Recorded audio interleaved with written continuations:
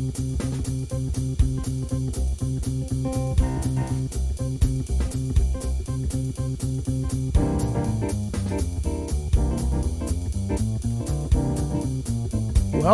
to another broadcast of the Debra Rufini Show on the ArtistFirst Radio Network. All past shows are archived. You can find them at ArtistFirst.com. And now, from England, here she is, your host, Debra Rufini. Greetings from England. Welcome to the Debra Rufini Show. In this episode, I give an update on July's horror story I shared in the show. Just when it looked like things really couldn't have got any worse, they did. I concluded July's show with expressing my anguish and mentioning that I desperately wanted answers, as some of the things that came out about this person were quite shocking and horrific. And yeah, I was really quite surprised at the things that came to light. Anyway, I have since received those answers and more. I was determined to not leave this because it was too big, and I wanted to get to the root of this con woman. The more things that had come out, the more anguish I was in. It wasn't getting better, and even if I had had therapy, it still wouldn't. It would have helped me deal with the things I didn't know, but I think there's nothing like getting your questions answered when there's things that are really bothering you. So I already mentioned that I had contacted various friends of hers, and how interesting it was that they had all been victims of one form or another of this person. And as I mentioned before, it was really interesting that none of these people knew me from Adam, but they all wanted a conversation. Even more touching was me taking a massive plunge and getting in contact with Jay's closest friend. And what sort of response was I going to get from her? Because surely our loyalty lies with our friend rather than a complete stranger getting in contact. No, not on this occasion. Even she wanted a chat. Now, what does this say? What does this say? You know, it's it's just so brilliant, isn't it? That there are some people in the world who do not stand by their mate who's in the wrong just because it's their mate, but they actually stand with the situation. And I like to think that I'm that person as well. You know, if I would stand by someone if I know they're a victim of someone that I know. So this person had... the story I had got from Jay was that when she had come to Britain, I won't mention where she was originally from, but she had come to Britain now 15 years ago, and there was something she didn't want to talk about, but all she was prepared to say was that she was robbed by an Irishman. But I don't want to talk about it. So, okay, fair enough. You know, something clearly she doesn't want me to know. You know, I kind of, quite early on, I detected there were red flags and quite a bit of tall storytelling with this person, but bigger things hadn't happened yet, so I didn't pay too much attention to this. So that's all I knew. She'd been robbed by this Irishman, and the friend that I spoke to, the story she was given was this person was her boyfriend. Now, that's okay. I'm a gay woman, but I've been married in the past felt it was the right thing to do. That's a different story. But the point is, I've always been gay, and I've always been honest about my former marriage with a potential partner, because I think it's only fair. So the friend who said that this was her boyfriend, that would have been fine, but it's the fact that she had lied, and there were already enough lies. So we had a long chat on the phone, and crumbs, we're probably on the phone for about an hour.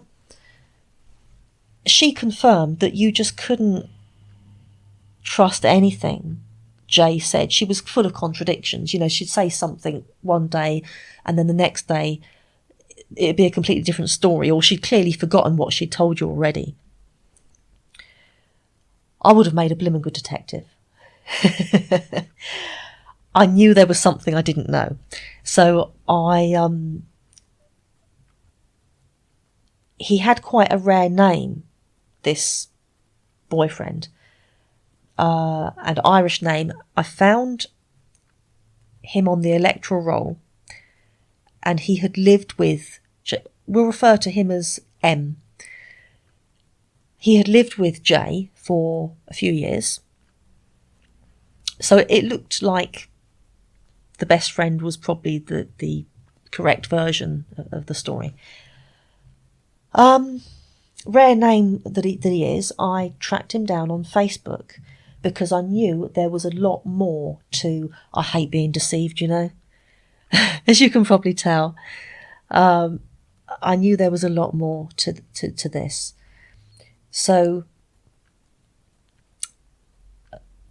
I found him on Facebook and left a message just saying that I would like to speak with him if he is, and it was quite a rare name, and someone in the same town, so it had to be the same person, if he's the former boyfriend of Jay.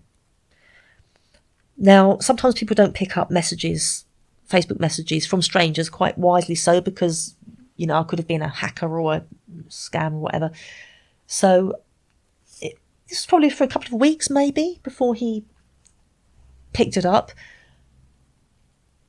So meanwhile, I had contacted someone one of his friends who looked like it was his sister, just saying I'm trying to make, I didn't mention the nature of what it was about, but I said I was trying to make contact with this man. I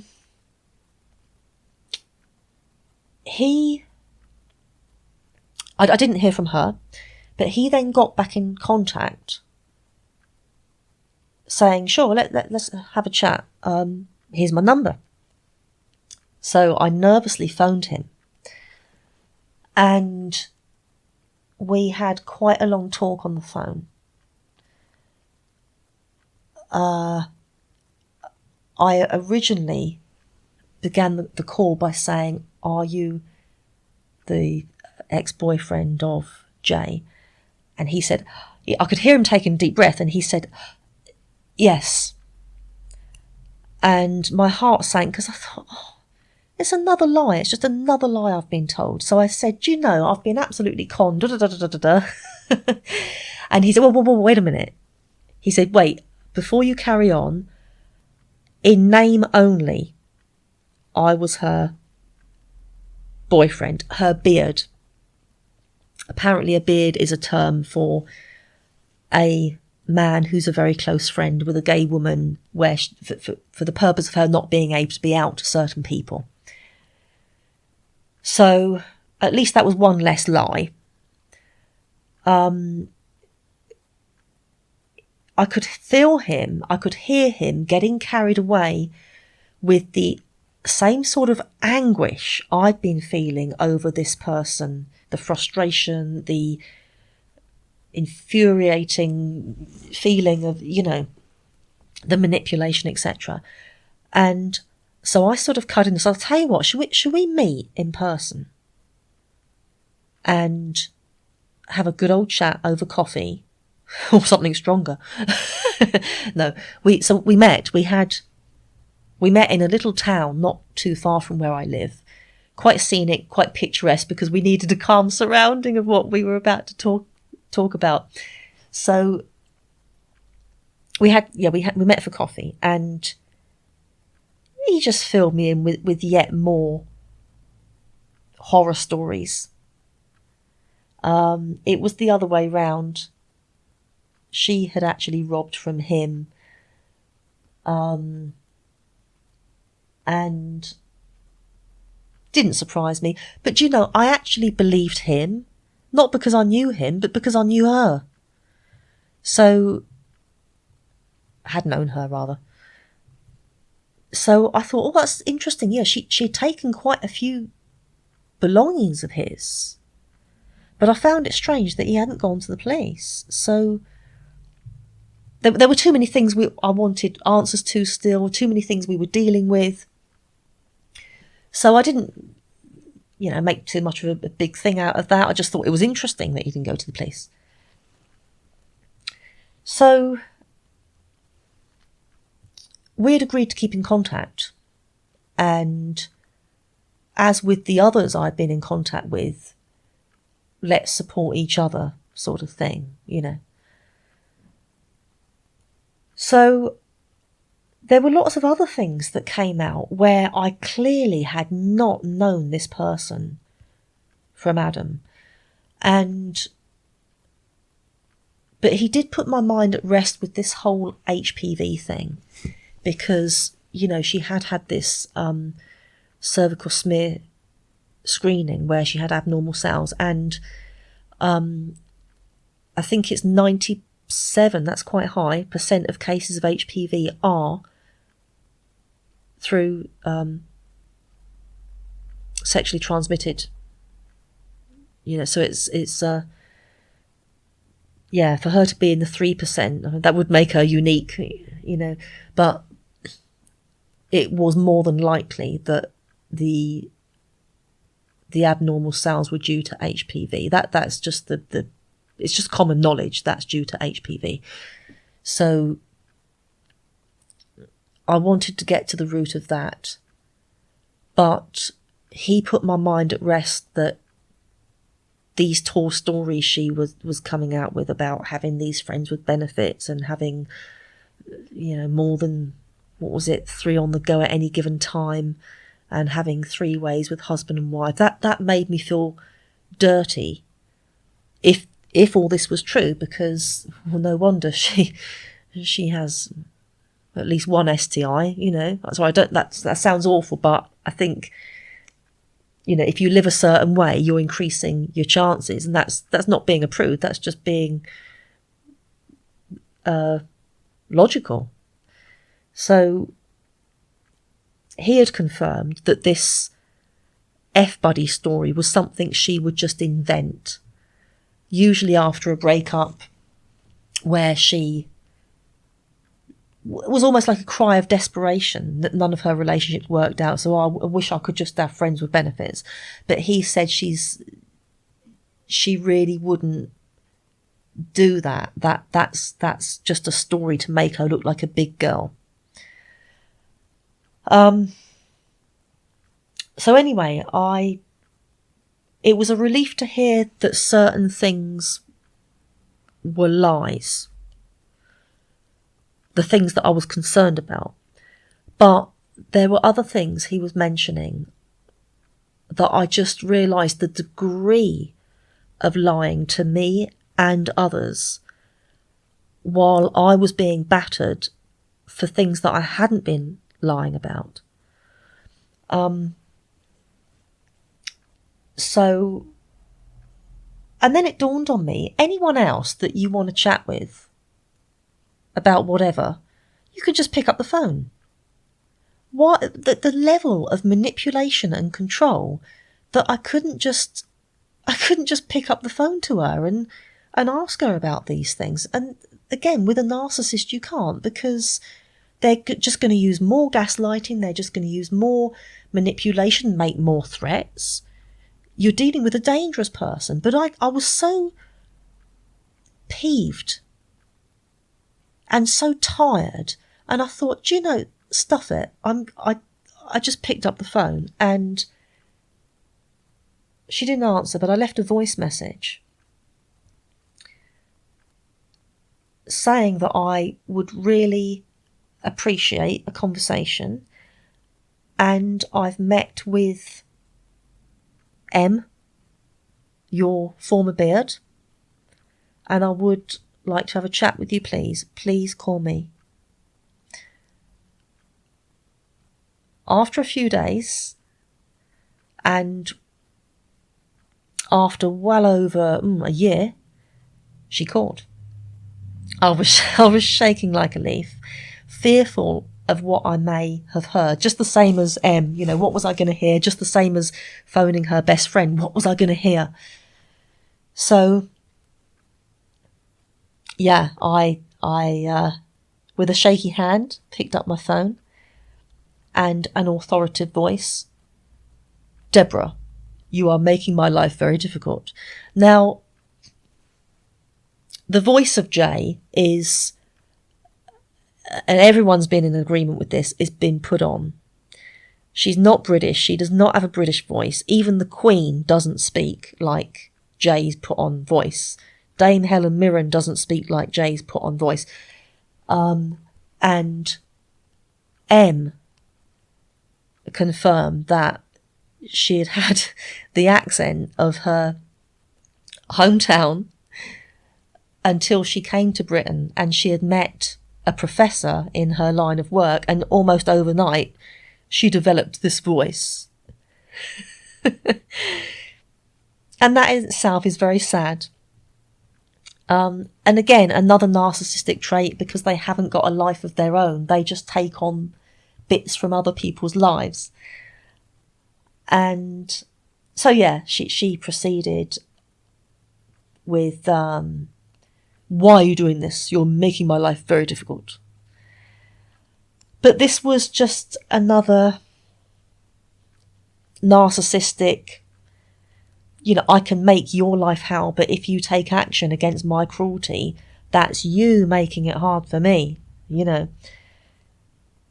So I tried to be very calm. And I said, well, this is the result of what happens if you don't tell the truth. If you tell so many lies and those lies come back to the person, then if that person isn't allowed to talk to you about these untruths, they're going to go get to the truth via other people who may know.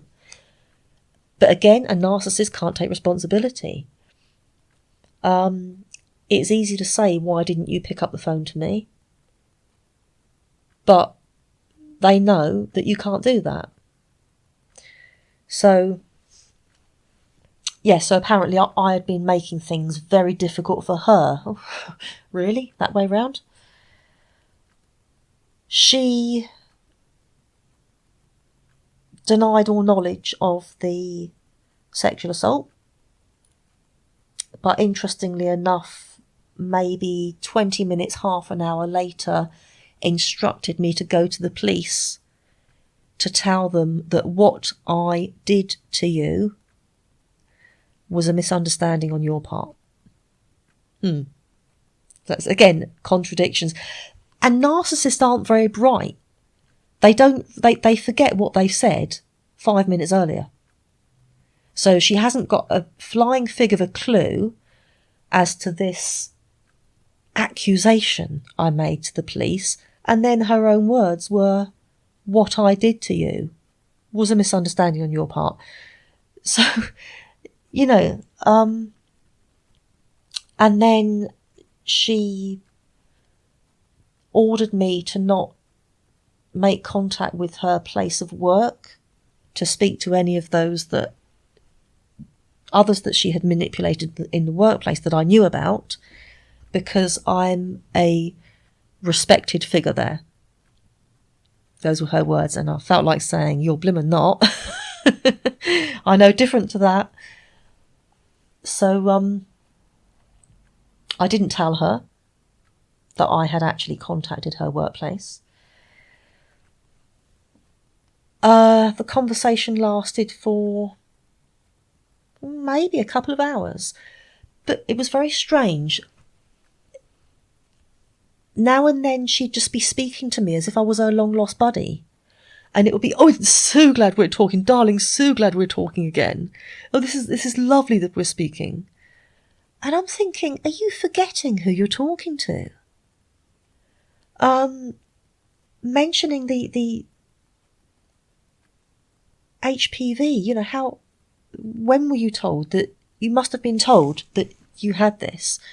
And she said she was in the, and I actually mentioned that it's 97% of people that, it's due to the HPV virus, abnormal cervical cells. And she had to say, well, they told me that I was in the 3%. And, yeah, right.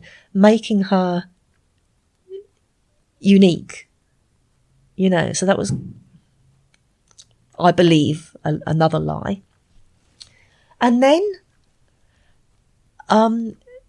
going back to the lies and the nature of the lies and the strange things that she would come out with, that they don't really think through what they're saying, or maybe they just think they're so influential that you're just going to believe anything they say.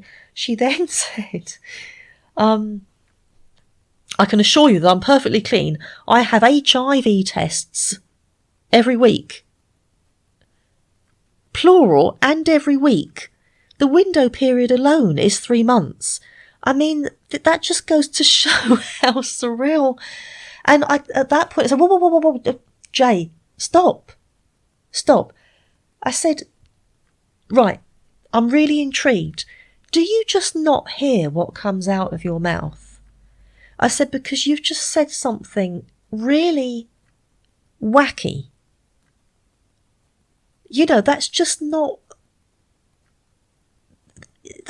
possible. And that was just followed by silence, So she admitted that these friends with benefits had been invented because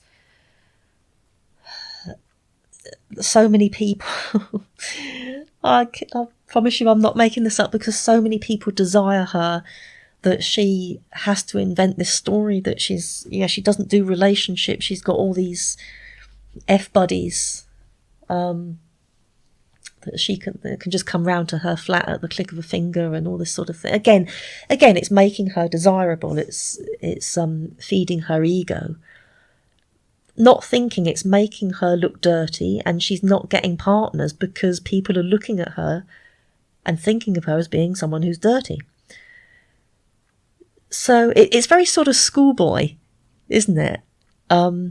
Impressing your friends by mentioning how many girls he slept with, or... So in a sense, all this time I was thinking about, this is a really pathetic person that has to invent these imaginary friends, and she'd invented a whole story around this Brazilian hairdresser that was from her town. And that's, when you think about it, that's really quite sad that you're inventing. It's very childlike as well.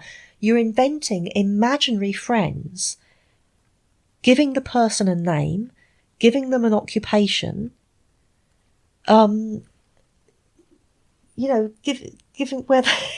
mentioning where they've come from, and giving them a nationality, rather. Sorry. And that's just very... But I still couldn't fully feel sorry for her. There's clearly something very wrong. But again, it's still very much getting one over on. It's not about looking big. It's about taking control, getting one over on people all the time, everyone she comes into contact with. So... yeah, I brought to her attention the compulsive lying. And I said to her, you don't have to do that. You don't have to make up people in your life and give these stories around them, because you're being laughed at. And it's making you very unpopular, even though you're trying to achieve the opposite. It's actually taking the opposite effect. I mentioned about the PhD. You're lying to me about the PhD. Lying to other people about, my story was that she had the PhD. Other people have had the story that she's a professor. I take offence, actually, that I wasn't given the story about being a professor. But anyway. But no, she seems to have different lies for different people. The people that I've been in contact with, we've all had different stories about her life. That's quite an interesting thing. She just laughed at this when I said about why feel the need to mention to me that you've got a PhD. That's not going to make it. I don't mind if you're a factory worker. I've worked in a factory. It's fun. And she just laughed, saying, "Oh, I don't have a PhD. Where have you got that from? I've never told anyone I've." But what can you do when someone just blatantly denies something they've previously said? So, yeah, it wasn't really going anywhere. What else did I'm just trying to think what else we spoke about.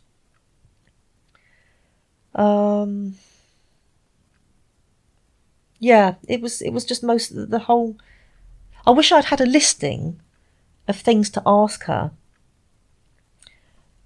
because I'm sure there were lots of things after the conversation. I thought, I wish I should have said, as quite often happens. But she even attempted to use triangulation, which is turning someone against other people so that they can kind of get a little gang, if you like. So the people that I was in contact with from her life, she would be just making up surreal things that just were not true about these people. Oh, you don't want to have contact with her. You don't want to have. Oh, I really care for you, and I wouldn't want you to come to any harm if you speak to her.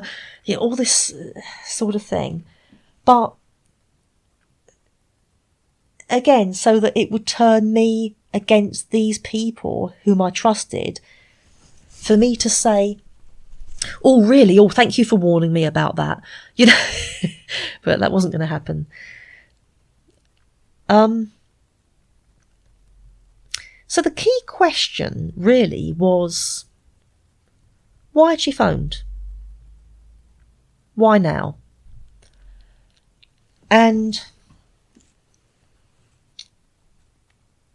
she just mentioned about M being her beard and there was nothing in it, and why she always needs. Why can't women who can't be out just say that they're single? Why do they have to invent that they've got a boyfriend and then, like the imaginary friend with benefits, just make someone up? It's must get very confusing, this web of lies. So, yeah, that was intriguing, that I was kind of her long-lost buddy in between the things we were discussing. And why now did she want to give me my answers? It was almost like she was scared of something. So the timing was lousy for this call, because the very next day I had a message from this woman I had contacted who looked like M's sister. And this message said, so my original message to her was saying, "I'm trying to make contact with someone who looks like he may be your brother." The message I received said, "Oh, M is my half-brother who I've never met. But I understand he married Jay to keep her in the country, to give her permanent stay in the UK. Right, that explains everything now, doesn't it? So not only had she deceived all of those around her, she was now deceiving the government. I knew there was something big. I knew there was something really significant that I didn't know. So I got in touch with M and I said, I don't want to get anyone into any trouble who doesn't deserve to be in trouble. But is this true? And we had another chat. And he said, yes, this is why I'm linked to Jay. I married her because I don't really understand about visas and stuff. I've never had to deal with it. Her visa was coming to an end and she needed to stay in the UK. So I married her to make her stay permanent.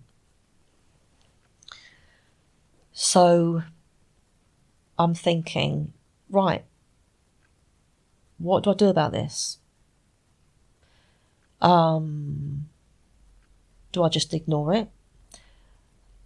The fact that I know this, and if this ever gets to the Home Office through a different means, if they wanted to get in contact with her ex-partners and say, did you know anything about this? That could land us in trouble.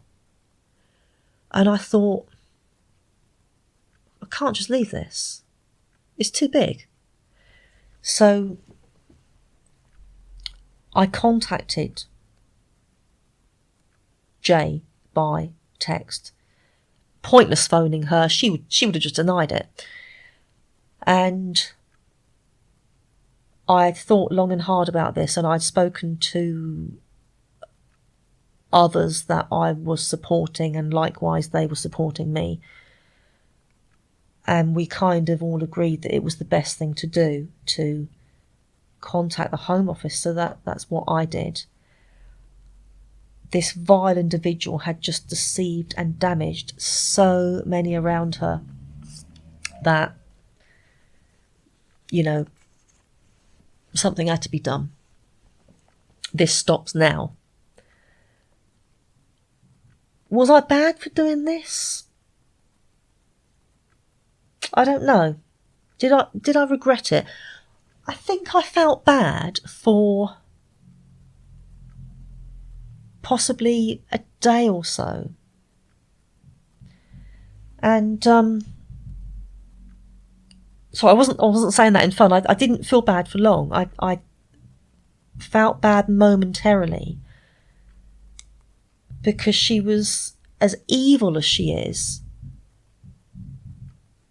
She was clearly very sick as well. But then there's lots of sick people who don't go around doing the things that she's done.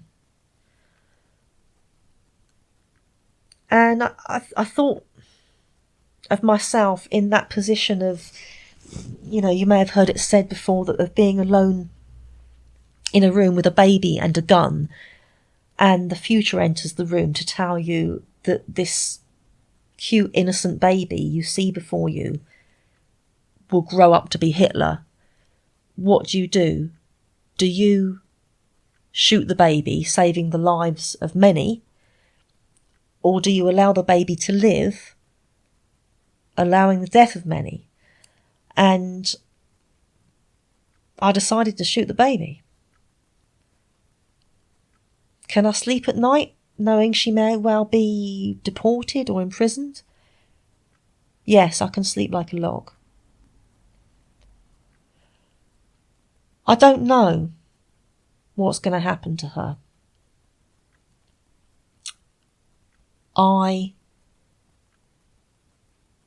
think the Home Office takes this sort of thing very seriously, because, you know, if everyone entered a sham marriage and you know, gained access into Britain through doing this, you know, we'd be in it'll be a pile-up. I think the Home Office, it's not by the time they investigate, it's not a 5-minute job. They didn't even ask my name. I mean, I was willing to say who I was, and this was not an anonymous call, and I certainly didn't want some sort of, you know, reward for doing so. I understand that this, I think it's Crime Stoppers or something, you can actually get a reward if they catch the criminal, but I don't want any money for it. I just want justice served, and I want people saved. That's really what I want. I just want people saved. So yeah, they didn't ask my name. They took detail. They wanted her name and address, not phone number, and they asked for M's name but no further details, and I insisted that M was probably manipulated into doing this because I wanted him to be safe, and that was difficult, reporting her, but not being a Judas to the person who had helped me. I was in a very, very difficult situation. So what I did was I went into all, basically what I'm sharing with you. I went into all the details and said how M had been terribly wronged by this person, as we all have been. And he just did something kind, making a mistake, but did something kind, but he was no doubt manipulated. I went into the degree of how controlling and manipulative she is. So, you don't expect this of a woman, do you? You know, it's very sad. Women are our mothers, the people that cocooned us for 9 months safely in the womb. And yeah, when we hear the word abuse or assault, we immediately think of men. And I think that the worst case of domestic violence I've ever known about was a woman abusing her husband. But I really feel for you guys, you know, because when I think of the word narcissism, female immediately springs to mind. I don't think of a man at all. When I think of the word abuser, I don't think of a man. But that's only because of my own experience. But yeah, I do feel for men in that, you know, it's not taken as seriously when a woman assaults, manipulates a guy. Because the guy he's a man, you know, he should stand up for himself, he should defend himself. But no, because women are blimmin',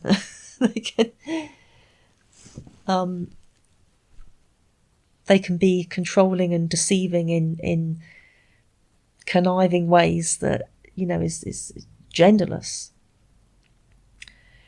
So this was about, all this happened about, I don't know, 2 months ago? Seems longer, but it wasn't. It was only about 2 months ago.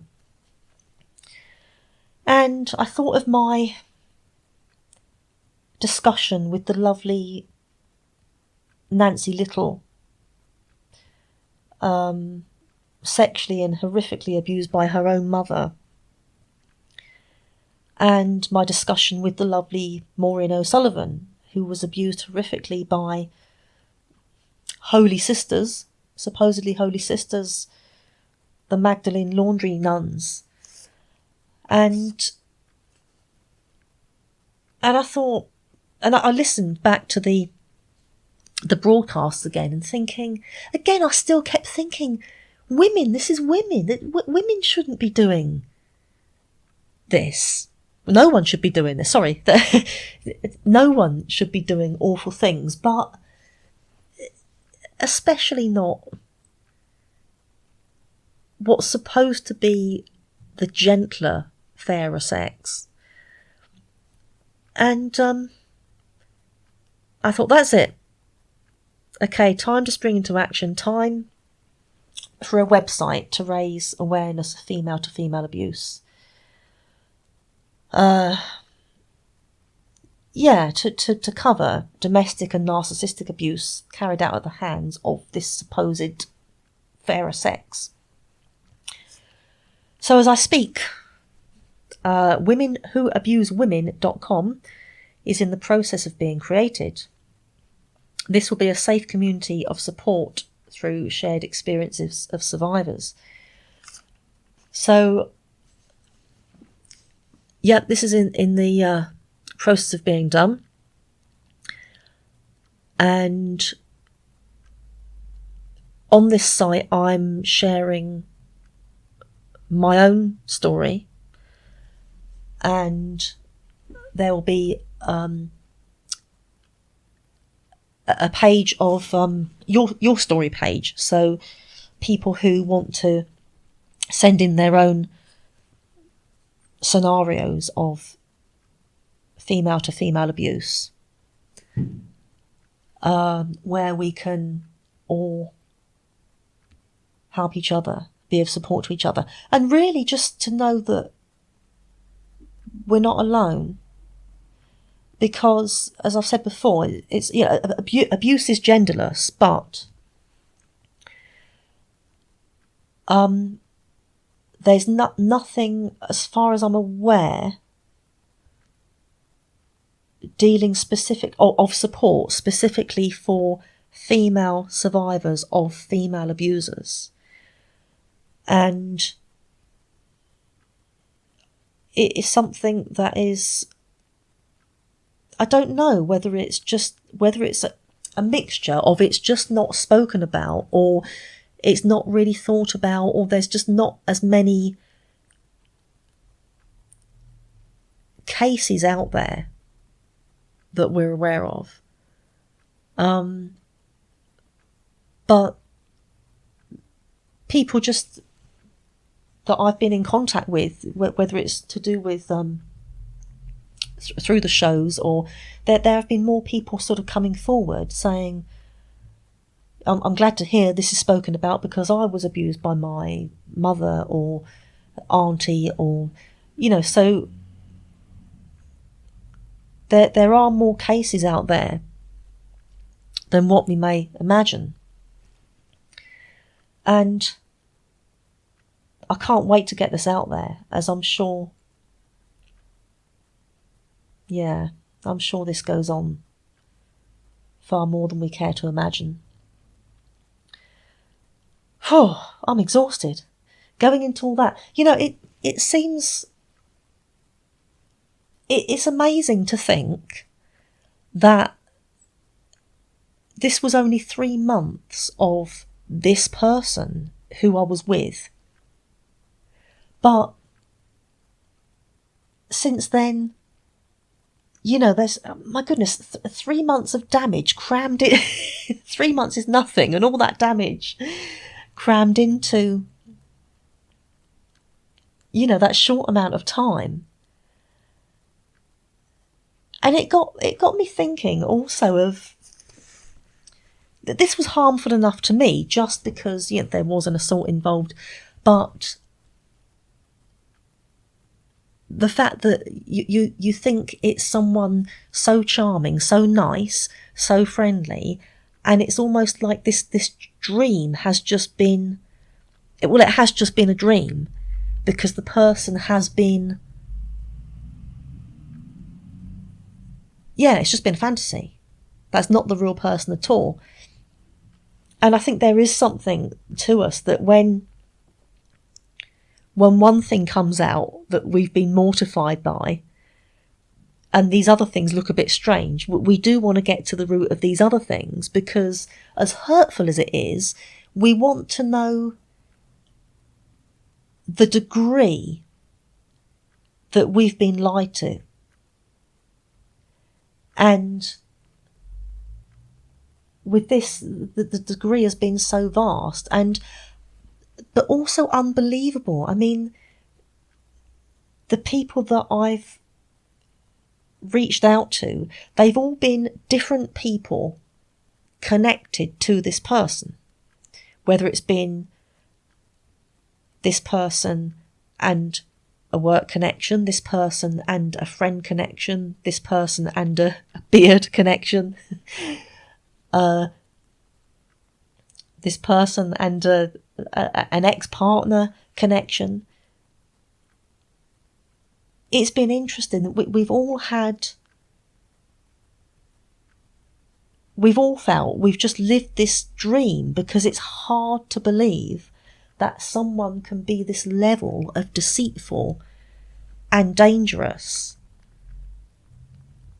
And it's just been such an eye-opener.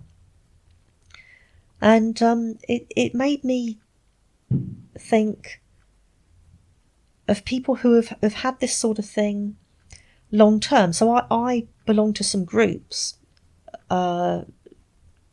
supporting groups supporting victims of narcissistic abuse. And it's interesting, you know, where we've all had different stories, different scenarios. And some have been family members, some have been friends, spouses. And it's been interesting to hear of the different traits of narcissistic abuse that different people have had. They haven't all been the same traits. Because there's so many traits to this condition that there are some narcissists hold stronger traits than others. So for mine, it was really the two biggest significant ones, I think, were the gaslighting and the love bombing. Gaslighting being the most horrible thing, I think. But yeah, mine was just 3 months. 3 months of hell, but still 3 months. And I think of, you know, the average relationship has been a lot longer than that. And what must it be like for these people who have been in, say, a marriage of like 40 years, and they get to realise that this person was a complete actor, and they've been having an affair for, you know, they've been living a double or treble life all that time. That must be awful. I don't know how anyone copes with that. Imagine giving that long to someone who has just been a clown. You know, telling you they love you, and I didn't get any of that, but, you know, behaving as if they're a brilliant husband, a brilliant wife. And imagine finding out years later that they've been living totally different to I mean, that must just be such a shock. That must come as a real shock. And I think that is the horrible thing, when you think you've known someone and you really haven't known them at all.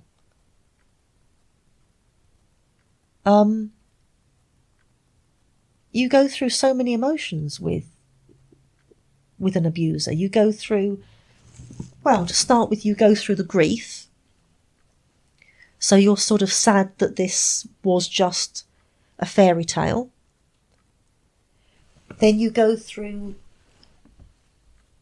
anger and betrayal.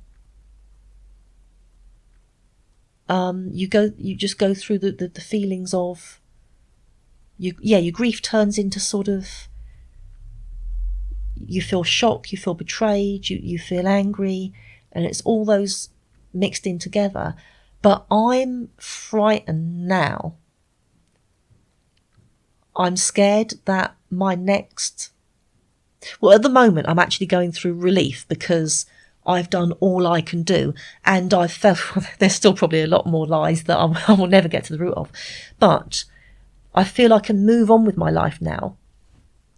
I'm not waking up anymore feeling dirty because believing she's lived a certain way. I know that's a load of rubbish, and that's a massive weight off my shoulders. That was the biggest thing for me.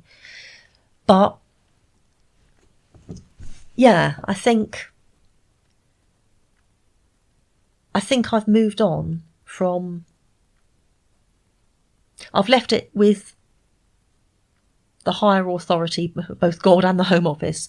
They both do what they want to do with her, and there's nothing more for me to do now, and there's nothing more for me to find out, and that's a huge relief in itself. So do you know, I'm scared that I could be moving on to a different emotion of guilt, where it's almost going to be like, how can I live with myself for getting in contact with all these people, turning her in? But I've got to think to myself, right, but I had no choice. I had no choice, because if I found out about this and I'm just turning a blind eye to this crime, then it's not the same as aiding and abetting, but it's how can we say it? It's not even being party to the crime, but yeah, you're just sort of, I think you're putting your fingers in your ears to what's going on. And yeah, these people don't think of putting other people at risk with their greed of what they want to do. Anyway, I'm wandering now. But yeah, I just wanted to give an update, really, and to mention the latest of what's been going on, because the part one was, it was it was big enough in itself. It's hard to believe that it could actually get any bigger, but it did. And yeah, there won't be a part 3 to this, because there can't be any more that can come out, surely. And also, I wouldn't, anything else that could come out, I don't think I'd want to know. I can't cope with anything else, anything bigger than this. But I will always be there to support any other victims. I do know there are other people whom she has damaged. Obviously with other stories. I don't know whether it would be the same one as mine. I really hope not. Really hope not. But I will certainly do all I can for anyone else that has, been through this person. Isn't it awful? What just one person can cause so much, damage. Horrible. So, thanks for tuning in. And yeah, I hope you get to check out the website once it's up and running. So this will be, well, apparently it's the end of next week. It'll be in operation. I'm waiting to get some permission to use some photographs. Once I've got that permission, it should all be all systems go. So that will be womenwhoabusewomen.com, and there will also be womenwhoabusewomen.co.uk. And feel free to drop me a line if you want to share your stories, or even have any comments or suggestions about the site. So, okay. Until next time, lots of love and God bless.